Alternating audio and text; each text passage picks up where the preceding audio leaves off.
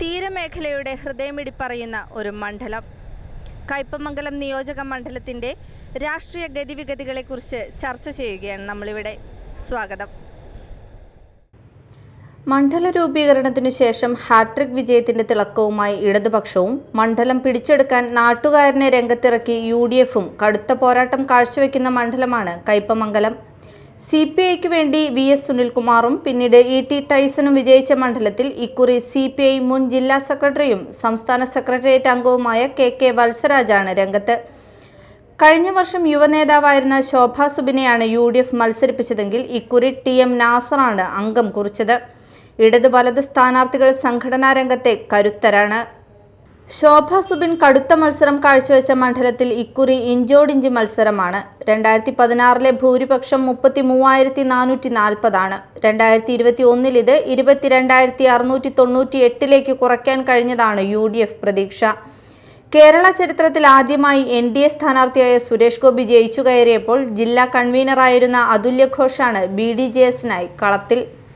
വിദ്യാർത്ഥി കാലഘട്ടം മുതൽ സംഘടനാ രംഗത്തുള്ള KK വത്സരാജ് ബിരുദ പഠനത്തിനു ശേഷം മുഴുവൻ സമയ പാർട്ടി പ്രവർത്തകനായി. 1997 മുതൽ 17 വർഷം CPI ജില്ലാ അസിസ്റ്റന്റ് സെക്രട്ടറിയായി. 2014 ജില്ലാ സെക്രട്ടറി, 2025 വരെ പദവിയിൽ. നിലവിൽ സംസ്ഥാന സെക്രട്ടേറിയറ്റ് അംഗം. 2016 മുതൽ KTDC ഡയറക്ടർ ബോർഡ് അംഗം. അതുകൊണ്ട് തന്നെ സംഘടനാ രംഗത്തെ തന്റെ അനുഭവ പരിചയം മുൻനിർത്തി കൂടുതൽ ശോഭിക്കാനാകുമെന്നാണ് വത്സരാജ് പറയുന്നത്. കയ്പമംഗലം നിയോജക മണ്ഡലത്തിലെ LDF സ്ഥാനാർത്ഥി KK വത്സരാജാണ് നമ്മോടൊപ്പം ചേരുന്നത്. സർ നമസ്കാരം. LDFിൻ്റെ ഉറച്ച കോട്ടയാണ് കയ്പമംഗലം. ഇത്തവണ മാറ്റമൊന്നും ഉണ്ടാകില്ലല്ലോ അല്ലേ? മാറ്റം ഉണ്ടാവില്ല എന്ന് മാത്രമല്ല, വലിയ ഭൂരിപക്ഷത്തോടെ ഇത്തവണയും ജയിക്കും. എങ്ങനെയാണ് വികസന തുടർച്ചയായിട്ട് കാണുന്ന പദ്ധതികൾ എന്തൊക്കെയാണ്? അല്ല, പദ്ധതികൾ ഞാനിപ്പോൾ ഇവിടെ സഞ്ചരിച്ചപ്പോൾ പല ആവശ്യങ്ങളും പല പദ്ധതികളും വോട്ടർമാർ എന്നോട് സൂചിപ്പിക്കുകയുണ്ടായി.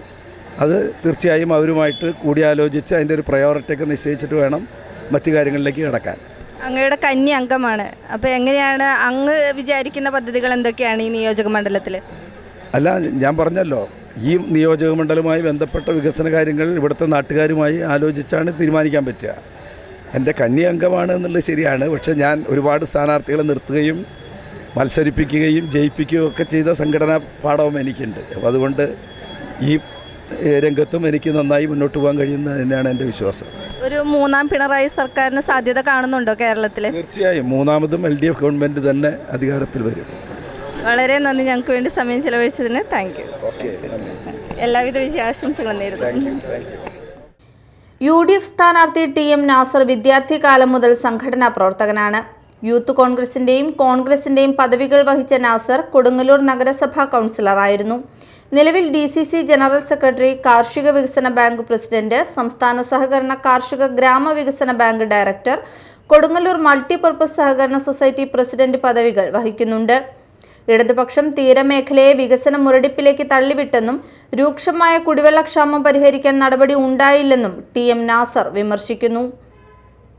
കയ്പമംഗലം നിയോജക മണ്ഡലം UDF സ്ഥാനാർത്ഥി TM നാസറാണ് നമ്മളോടൊപ്പം ചേരുന്നത്. നമസ്കാരം. എങ്ങനെയാണ് ഇത്തവണ കയ്പമംഗലം കൈപ്പിടിയിൽ ഒതുക്കുമോ? കയ്പമംഗലം മധുരിക്കും, കൈപ്പിടിയിൽ ഒതുക്കും. എങ്ങനെയാണ് LDFിൻ്റെ വികസന കാര്യങ്ങൾ എങ്ങനെയാണ് നോക്കിക്കാണുന്നത്? LDFിൻ്റെ കാര്യങ്ങൾ നോക്കുമ്പോൾ വികസനം എന്നുള്ള വാക്ക് അതിൽ പറയാൻ പറ്റില്ല. അവർ MLAമാരായി അവർ മരണ വീട്ടിൽ പോലും കല്യാണ വീട്ടിൽ പോലും വിളിച്ചാൽ അങ്ങനെയൊക്കെ വരും. അവരൊക്കെ നല്ല സ്വഭാവങ്ങളായിരുന്നു. അവരൊക്കെ നന്നായി പെരുമാറും, നല്ല സ്നേഹിതന്മാരാണ്. അതൊക്കെ നാടിന് വേണ്ടി അവർക്ക് കാര്യമായിട്ടൊന്നും ചെയ്യാൻ കിട്ടുന്ന MLA ഫണ്ട് അത് വെച്ചിട്ട് എന്തെങ്കിലുമൊക്കെ സ്കൂളിനോ അല്ലെങ്കിൽ ചെറിയ ചെറിയ വല്ല റോഡ് ഇതൊക്കെ അല്ലാതെ ബാക്കി ഇത് MLA ഫണ്ട് മാത്രം ഉപയോഗിച്ചൊന്നും നാട്ടിൽ വികസനം നടത്താൻ പറ്റില്ല. മറ്റുള്ള ഫണ്ടുകൾ സംസ്ഥാനത്തും രാജ്യത്തും അകത്തും പുറത്തുമുള്ള ഫണ്ടുകൾ സമ്പന്നരായ ആളുകളുണ്ട് ചെയ്യാൻ. ആ ആളുകളെ പ്രയോജനപ്പെടുത്തി നമുക്ക് പരിപാടികൾ പദ്ധതികൾ ആവിഷ്കരിച്ച് ചെയ്യുമ്പോഴാണ് നാടിന് വികസനം ഉണ്ടാകുന്നത്. അല്ലാതെ നമുക്ക് കിട്ടുന്ന ഈ MLA ഫണ്ട് മാത്രം വെച്ചിട്ട് ഒന്നും നടക്കില്ല. UDF വിജയിച്ചാൽ എന്തൊക്കെ ചെയ്യാനാണ് ഉദ്ദേശിക്കുന്നത് കയ്പമംഗലം മണ്ഡലത്തിൽ? ആദ്യം കുടിവെള്ളം എത്തിക്കലാണ്.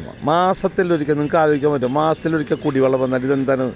ഞങ്ങൾക്ക് ഈ മുസൽമാനെ സംബന്ധിച്ചിടത്തോളം അവർക്ക് ഈ സംസം വെള്ളം കിട്ടും. ഇത് പരിശുദ്ധ ഹറം പള്ളി പോയി കഴിഞ്ഞാൽ, കഅബയിൽ പോയി കഴിഞ്ഞാൽ, ഹജ്ജിനോ ഉംറയ്ക്കോ പോയി കഴിഞ്ഞാൽ ആ വെള്ളം കൊണ്ടുവന്ന് നമ്മിങ്ങനെ ഓരോ സ്പൂണാക്കി. അതുപോലെയാണ് ഇപ്പോൾ കേരളത്തെ ഇത്ര സമൃദ്ധിയായിട്ടുള്ള വെള്ളം പെരിയാറിൽ കുടിവെള്ളം നല്ല ശുദ്ധജലമാണ്. ചാലക്കുടി പുഴ ശുദ്ധജലമാണ്, കരുവിന് പുഴ ശുദ്ധജലമാണ്. ഈ വെള്ളം അവിടെ നിന്ന് ഇങ്ങോട്ട് പൈപ്പിട്ട് അതിന് കാശ് കൊടുക്കണ്ട. ഇവിടെ തന്നെ പല തലത്തുകളും ഒന്ന് കുഴിച്ചാൽ നല്ല വെള്ളം കിട്ടും. ആ വെള്ളം ജനങ്ങൾക്ക് എത്തിച്ചു കൊടുക്കാൻ കഴിയില്ല. പിന്നെ എന്തിനാ പറ്റിയവർക്ക്? നമുക്ക് പദ്ധതികൾ ഉണ്ടാക്കണം. പദ്ധതി ആവിഷ്കരിച്ച് കുടിവെള്ളം, വെളിച്ചം, ഇതൊക്കെ അടിസ്ഥാന സൗകര്യങ്ങൾ ഉണ്ടാക്കി ആ ഇൻഫ്രാസ്ട്രക്ചർ ഒരിക്കലും നമുക്ക് ഒരു ജനപ്രതിയായിട്ടൊന്നും ഇരിക്കാനുള്ള യോഗ്യതയില്ല. ഞാൻ ഒരു ചെറിയ പഞ്ചായത്ത് മുതൽ തൊട്ടുള്ള 50 വർഷത്തെ പൊതുജീവിതത്തിൽ എന്ന് പറയുന്നത്, നമ്മിരിക്കുമ്പോൾ നമുക്ക് ചെയ്യാൻ പറ്റുന്ന കാര്യത്തെക്കുറിച്ച് പരമാവധി ആലോചിക്കുക, ചർച്ച ചെയ്യുക. ഇതൊക്കെ ബുദ്ധിമുട്ടിയാൽ നടക്കാത്ത ഒരു കാര്യമില്ല. ഒരു എയർപോർട്ട് ഉണ്ടാക്കണമെന്ന് വെച്ചാൽ വേണമെങ്കിൽ ബുദ്ധിമുട്ടിയാൽ നടക്കുന്നേ. നമ്മൾ അതിനുവേണ്ടി പരിശ്രമിക്കുന്നു വേണ്ടത്. ഇത് എങ്ങനെ നടക്കുന്നു ആലോചിക്കല്ല. 65 വർഷം മുമ്പുള്ളൊരു കോളേജാണ് ഇന്നുള്ളൂടെ. വേറൊരു ഇത്ര എഞ്ചിനീയറിംഗ് കോളേജ് കേരളത്തിൽ വന്നില്ലേ, മെഡിക്കൽ കോളേജ് വന്നില്ല, ഒന്നുമില്ല ഇവിടെ. ഞാനും ഇതിനു മുമ്പുള്ള MLA പഠിച്ചൊക്കെ ഒരു കോളേജ്, ആ കോളേജ് എന്നേ വേറെ ഒന്നും ഉണ്ടായില്ല.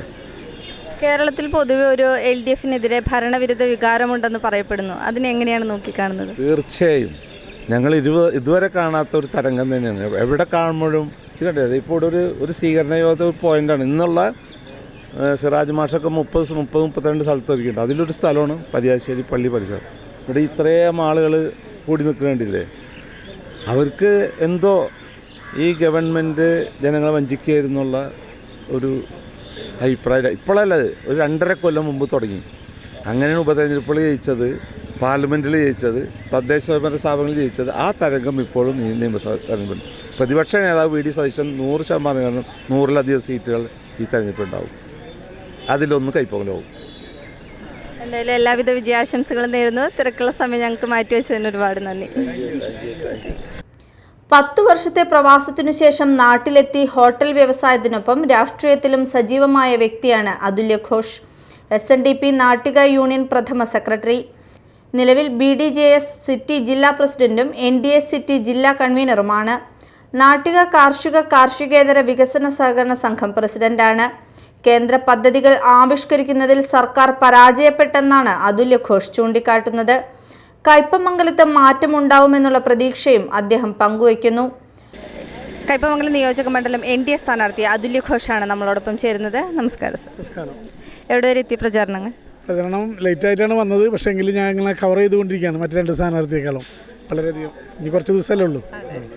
അപ്പോൾ എങ്ങനെയാണ് നമുക്ക് കയ്പമംഗലത്തിലേക്ക് നൽകാൻ ഉദ്ദേശിക്കുന്ന വികസന കാര്യങ്ങൾ എന്തൊക്കെയാണ്? മംഗലത്തിൽ നൽകാമെന്ന് പറഞ്ഞാൽ കേന്ദ്ര ഗവൺമെൻറ്റിൻ്റെ വളരെയധികം പദ്ധതികളുണ്ട് നമ്മൾ മോദി സർക്കാർ നടപ്പാക്കുന്നത്. അതൊന്നും കൃത്യമായി ഇവിടെ എത്തുന്നില്ലല്ലോ. ഇവിടുത്തെ ഭരിക്കുന്നവർ കൃത്യമായി നടപ്പാക്കുന്നുമില്ല. നടപ്പാക്കി എന്തെങ്കിലും നടപ്പാക്കുന്നുണ്ടെങ്കിൽ പേര് മാറ്റി നടപ്പാക്കുന്നു. എല്ലാ പദ്ധതികളും എത്തുന്നില്ലല്ലോ. കുടിവെള്ളത്തിൻ്റെ ആയാലും ഇതായാലും ഇപ്പോൾ കറണ്ടിൻ്റെ ആയാലും ഒക്കെ ഉണ്ടല്ലോ, പല കാര്യങ്ങളുണ്ടല്ലോ. പിന്നെ തീരദേശ മേഖലയിൽ ഉള്ള നമ്മുടെ ഇവിടെ അഴീക്കോട് ഹാർബറിന് പ്രശ്നം ഉണ്ട്, തീരദേശ മേഖലയിലുണ്ട്, കർഷകരുടെ പ്രശ്നങ്ങളുണ്ട്. ഏറ്റവും കൂടുതൽ ഇപ്പോൾ എൻ്റെ ചിഹ്നം തെങ്ങുന്തോപ്പാണ്. നമ്മൾ ഏറ്റവും കൂടുതൽ ഇവിടെ കേര കർഷകരാണ്, ഇല്ലേ? ശരിയല്ലേ? അവരുടെ സ്ഥിതി എന്താണ്? അതിലൊരു മാറ്റം വരുത്താൻ സാധിച്ചിട്ടുണ്ട്. നമ്മളെക്കാളും കവർ ചെയ്ത് ആദ്യം കേരളത്തിലായിരുന്നു ഏറ്റവും കൂടുതലും തെങ്ങുണ്ടായിരുന്നു. തെങ്ങും കേരള നാടെന്ന് പറഞ്ഞു. ഇപ്പോൾ തമിഴ്നാട് മാന്ത്രിക്ക് കൊണ്ടുപോയില്ലേ? അപ്പോൾ എന്താ കുഴപ്പം? അത് ആരെ കുഴപ്പമാണത്? 75 വർഷം ഭരിച്ച ഇവിടുത്തെ മാറി ഭരിച്ച സർക്കാരുകളാണ്. അവർ ഭരിച്ചു കഴിഞ്ഞാൽ അവർ 5 കൊല്ലത്തുമ്പോൾ ഇലക്ഷന് മുന്നേ അവർ ജാഥ നടത്തും കാസർഗോഡ് നിന്ന്. പുതുയുഗ യാത്ര, പിന്നെ പറയും ദരിദ്ര നിർമ്മാർജ്ജനം എന്നൊക്കെ പറഞ്ഞിട്ട്. ഇത്ര 75 വർഷം കഴിഞ്ഞിട്ട് അവർക്ക് സാധിക്കാത്ത കാര്യങ്ങളില്ലേ മോദി സർക്കാർ നടപ്പാക്കുന്നില്ലേ? ഇപ്പോൾ അരി കൊടുത്തുല്ലോ, ഇപ്പോൾ 2 മാസത്തെ അരി കൊടുക്കുന്നു. അത് ഇവരല്ലല്ലോ കൊടുക്കുന്നത്, കേന്ദ്ര ഗവൺമെൻറ്റല്ലേ കൊടുക്കുന്നത്. അപ്പം അങ്ങനെ പല പേരും പറഞ്ഞ് മാറ്റിയതാണ്. എന്തെന്നായാലും ഇവിടെ ഒരു മാറ്റമുണ്ട്. ജനങ്ങളുടെ മനസ്സിൽ മാറ്റം വേണം എന്നുള്ള ആഗ്രഹമുണ്ട്. അതുകൊണ്ട് കയ്പമംഗലവും മാറും, ഒരു സംശയം വേണ്ട. തുടർച്ചയായിട്ട് LDFൻ്റെ കോട്ടയായിട്ടാണ് അറിയപ്പെടുന്നത് കയ്പമംഗലം. ഇത്തവണ തീർച്ചയായും മാറുമെന്ന് തന്നെയാണ് വിശ്വാസം. അത് അവരുടെ തോന്നലാണല്ലോ. LDFൻ്റെ കോട്ടയാണ് ഒരു തോന്നലാണ്. അതിപ്പോൾ നിങ്ങൾക്ക് മനസ്സിലാവും. കുറച്ച് കഴിഞ്ഞാൽ ഇപ്പോൾ മനസ്സിലാവും. 9 തീയതി കഴിഞ്ഞാൽ നമ്മൾ അടുത്ത മാസത്തെ അറിയുമ്പോൾ നിങ്ങൾക്ക് മനസ്സിലാവും കോട്ട എന്നുള്ളത്. ഓരോ കോട്ടകളൊക്കെ തകരാൻ പോകുമല്ലോ, എല്ലാ കോട്ടകളും. കേരളത്തിൽ എത്ര സീറ്റ് NDA നേടുന്നതാണ് കരുതുന്നത്? ഞാനതിന് മുഴുവൻ കൂട്ടി പഠിച്ചിട്ടില്ല. അതിനൊക്കെ നമ്മളെ NDA രാജീവ് ചന്ദ്രശേഖരൻ, തുഷാർ വെള്ളാപ്പള്ളിയൊക്കെ പറയുന്നുണ്ട്, കൃത്യമായിട്ട് പറയുന്നുണ്ട്. ഞാനിപ്പോൾ ഈ മണ്ഡലത്തിൽ ഒതുങ്ങി നിൽക്കല്ലേ. സംഗതി സ്റ്റേറ്റിൽ ഉണ്ടെങ്കിലും നമ്മളതിനെക്കുറിച്ച് പഠിച്ചിട്ടില്ല കൃത്യമായിട്ട്. എല്ലാവിധ വിജയാശംസകളും നേരുന്നു. Thank you. കൊടുങ്ങല്ലൂർ താലൂക്കിലെ എടവിലങ്ങ്, എടത്തിരുത്തി, എറിയാട്, കയ്പമംഗലം, മതിലകം, പെരിഞ്ഞനം, ശ്രീനാരായണപുരം എന്നിവ ഉൾപ്പെടുത്തി 2011 മണ്ഡലം രൂപീകരിച്ചത്. കാർഷിക മത്സ്യബന്ധന തൊഴിലാളികൾ ഏറെയുള്ള മണ്ഡലത്തിൽ വികസനങ്ങൾ ചൂണ്ടിക്കാട്ടിയാണ് ഇടതുപക്ഷത്തിന്റെ പ്രചാരണം. കഴിഞ്ഞ പാർലമെന്റ് തെരഞ്ഞെടുപ്പിലും പിന്നീട് തദ്ദേശ തെരഞ്ഞെടുപ്പിലും LDF മുൻതൂക്കം നേടിയിരുന്നു. കയ്പമംഗലം പഞ്ചായത്ത് ഒഴികെ 6 ഭരിക്കുന്നത് ഇടതുപക്ഷമാണ്. സംസ്ഥാന സർക്കാരിനെതിരായ ഭരണവിരുദ്ധ വികാരം തെരഞ്ഞെടുപ്പിൽ എങ്ങനെ പ്രതിഫലിക്കുമെന്നതിലാണ് UDFന്റെ പ്രതീക്ഷ. ഇടതുപക്ഷ കോട്ടയിൽ വിള്ളലുണ്ടാക്കാനാണ് UDF NDA ശ്രമം. എന്നാൽ മണ്ഡലം കയ്പമംഗലമാണ്. അത്ര പെട്ടെന്നൊന്നും കുലുങ്ങാത്ത ഇടതു മണ്ണ്. ജനമനസ്സുകളും അങ്ങനെ തന്നെയോ എന്നറിയാൻ നമുക്കും കാത്തിരിക്കാം. നന്ദി, നമസ്കാരം.